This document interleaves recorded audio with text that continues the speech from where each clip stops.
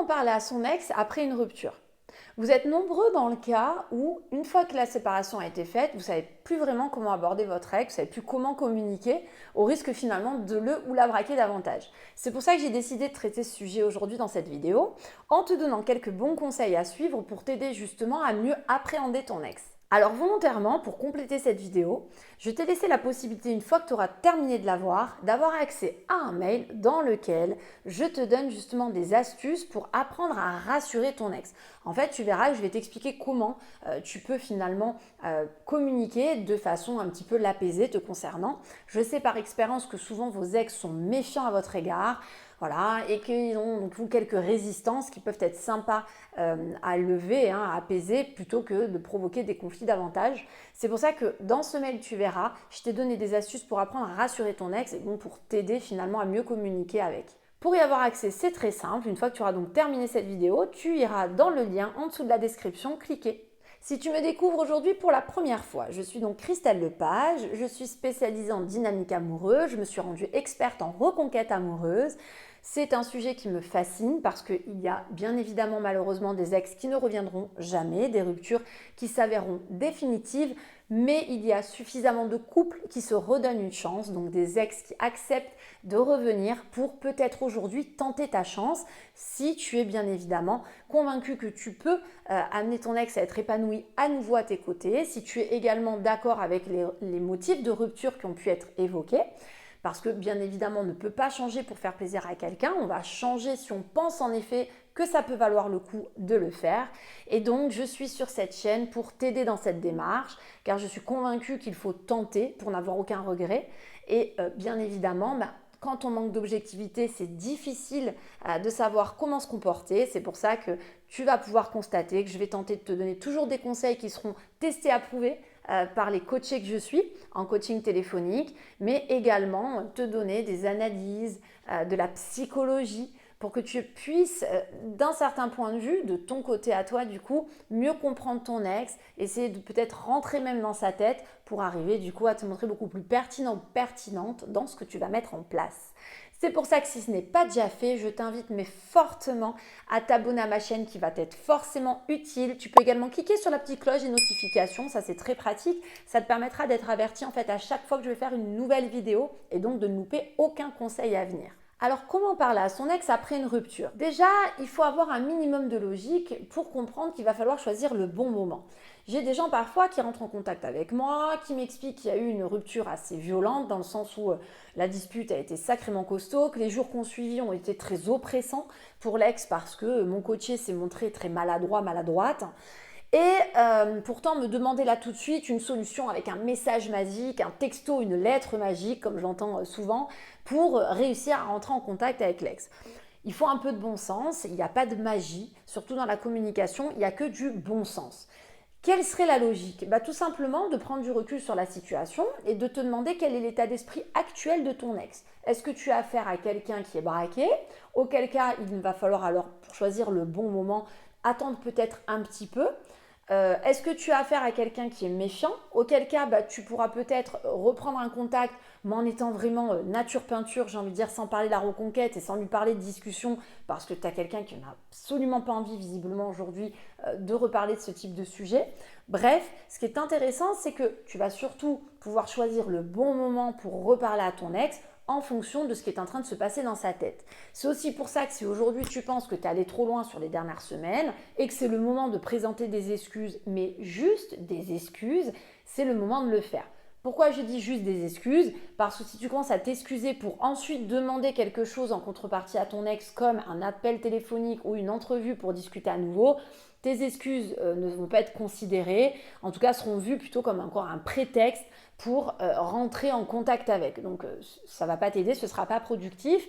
Donc si aujourd'hui par contre tu penses que tu es allé un peu loin et que tu veux t'excuser, alors oui, présente juste des excuses pour ensuite attendre encore un petit peu et là peut-être renouer un contact. Mais ce conseil peut paraître tellement, j'ai envie de dire simple et pourtant il est tellement évident. Pour reprendre un contact aujourd'hui avec ton ex, choisis donc le bon moment. Il ne sert à rien de se précipiter, fais-le au moment vraiment propice où tu penses que voilà, ton ex sera peut-être plus en mesure d'être réceptif. Ça peut être, si tu as la chance de savoir que dans à peine une semaine, ton ex va être en vacances, bah moi je saute sur cette occasion. Les gens qui me disent « j'aurais bien fait aujourd'hui », rentre en contact. Si j'apprends que derrière, dans une semaine, l'ex est en vacances, je dis écoute, attends peut-être quelques jours qu'il soit parti. Tu verras que voilà, ce sera quelqu'un de peut-être plus apaisé, plus réceptif à ce moment-là, si tu reprends des contacts. Pareil, il y a des gens où vous avez vécu avec, vous les connaissez, donc si tu t'aperçois que tu n'as pas quelqu'un qui était matinal dans votre vie passée, va pas envoyer un message à 8h le matin. Voilà, donc c'est important de comprendre qu'il y a aussi des bons moments à un moment donné pour reprendre contact avec un ex, en tout cas pour reparler avec après une rupture. Ensuite, quelle que soit la nature de la rupture, les motifs qui ont été évoqués pour se séparer, dis-toi qu'il y a une chose qui est certaine à respecter, il faut aborder des sujets légers.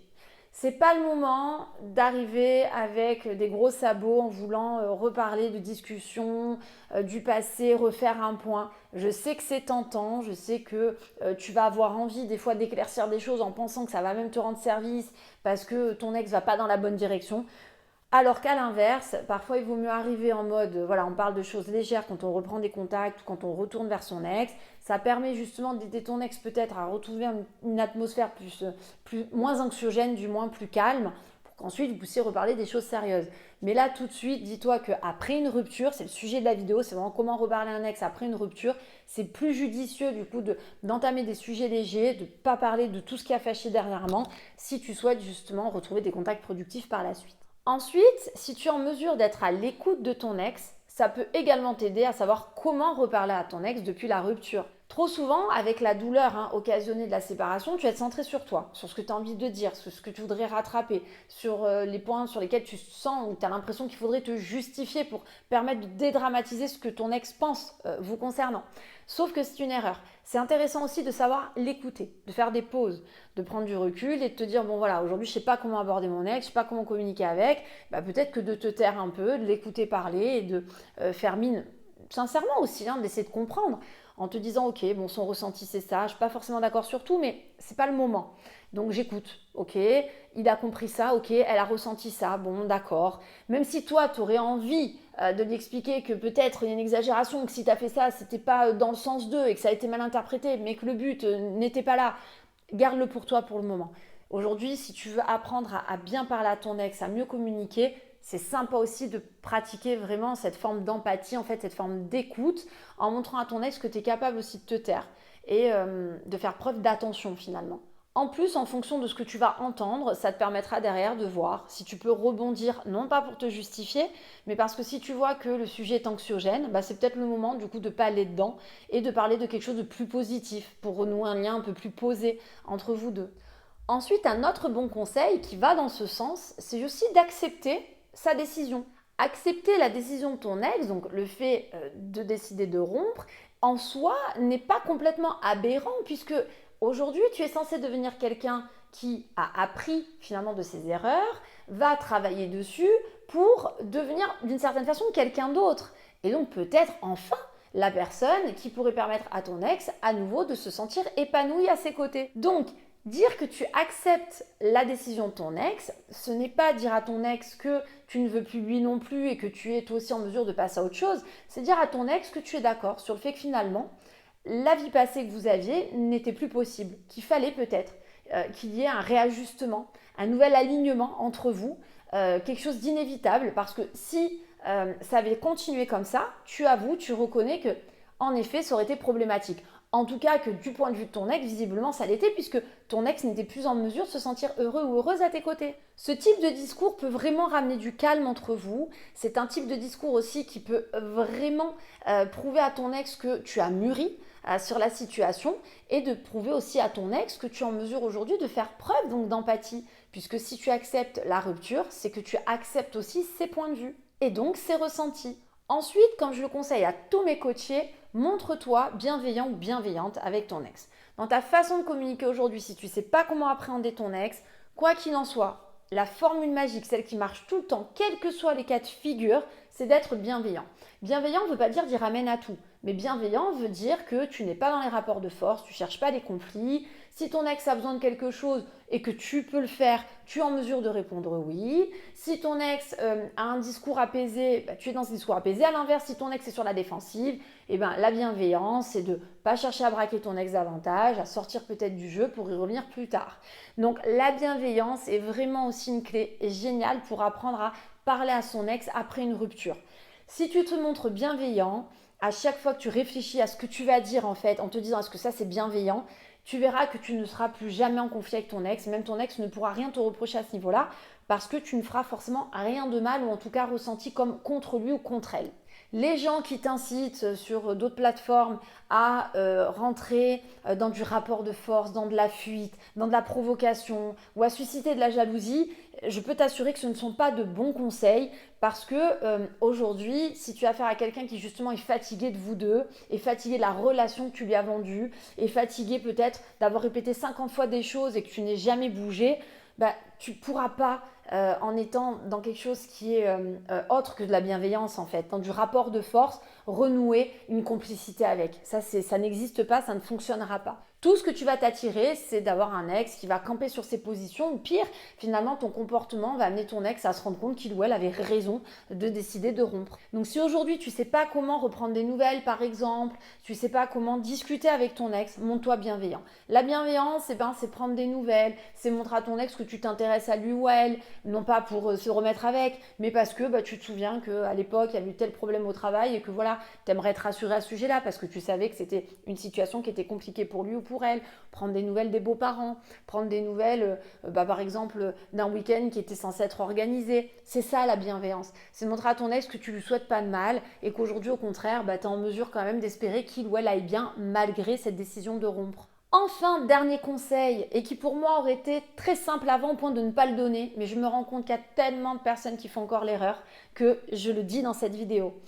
Important, très important, de te montrer toujours ouvert.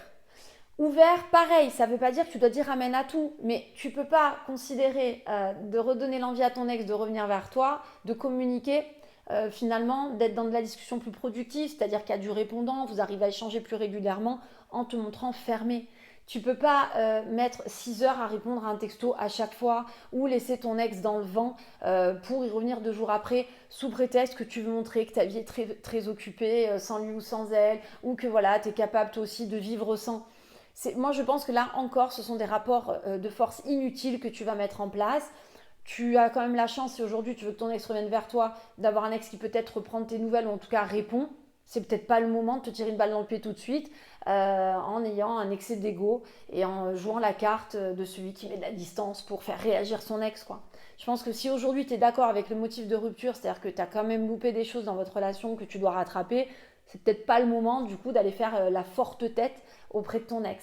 Donc j'encourage moi tous mes coachés quand on travaille ensemble et parce qu'on a des résultats, si je le fais aussi c'est parce qu'à force je me rends bien compte que la technique est bonne, il faut se montrer ouvert. Donc c'est-à-dire que quelqu'un qui prend tes nouvelles, tu réponds chaleureusement. Après, bien sûr, tu restes à ta place. C'est pas parce que quelqu'un prend tes nouvelles que tu dois faire un pavé. Mais ça n'empêche que si tu as quelqu'un qui prend quand même, qui a la correction de prendre tes nouvelles, commence pas à vouloir répondre de manière simple, courte, froide. Ça va pas t'aider. Si à l'inverse, c'est toi aujourd'hui qui es dans une démarche où tu sens que tu peux reprendre des nouvelles, tu ne sais pas comment t'y prendre, c'est pareil. Montre-toi dans le message ouvert, pose une question, finis avec un beau point d'interrogation, montre à ton ex que tu es là pour avoir la discussion. Mais tout ce qui va être, je prends des nouvelles pour dire à mon ex que je vais lui envoyer ses affaires par la poste ou que je vais lui préparer les sacs devant la porte, ce genre de choses, c'est pas productif en fait. Ça mène nulle part, donc il faut faire attention. Comprends qu'après une rupture, un ex a surtout besoin d'être rassuré finalement. Et souvent, les ex ne reviennent pas d'eux-mêmes parce qu'ils ont peur, ils ne savent pas non plus à quelle sauce ils vont être mangés, ils n'ont pas envie de recréer des problèmes, ils savent qu'ils ont été la source d'une difficulté, d'une douleur, d'une peine. Et ça reste quand même des êtres humains qui ne veulent pas non plus être dans la surenchère. Donc c'est pour ça que d'ailleurs en complément de cette vidéo volontairement, je t'ai laissé accès à un mail dans lequel je te donne des astuces pour savoir comment communiquer pour aussi rassurer ton ex. Donc ça va beaucoup t'aider. Très simple pour y accéder, il suffit de cliquer sur le lien que j'ai laissé en dessous de la description de cette vidéo. Si le contenu de cette vidéo te plaît, pense au petit like d'encouragement qui me permet aussi de savoir que tu veux d'autres vidéos sur ce même sujet. Pense à t'abonner à la chaîne si ce n'est pas déjà fait, très utile pour avoir beaucoup de conseils sur cette thématique. Et tu peux également cliquer sur la petite cloche des notifications pour être averti à chaque nouvelle sortie vidéo et du coup ne louper aucun conseil. En attendant, eh bien, je te dis à très bientôt sur ma chaîne YouTube.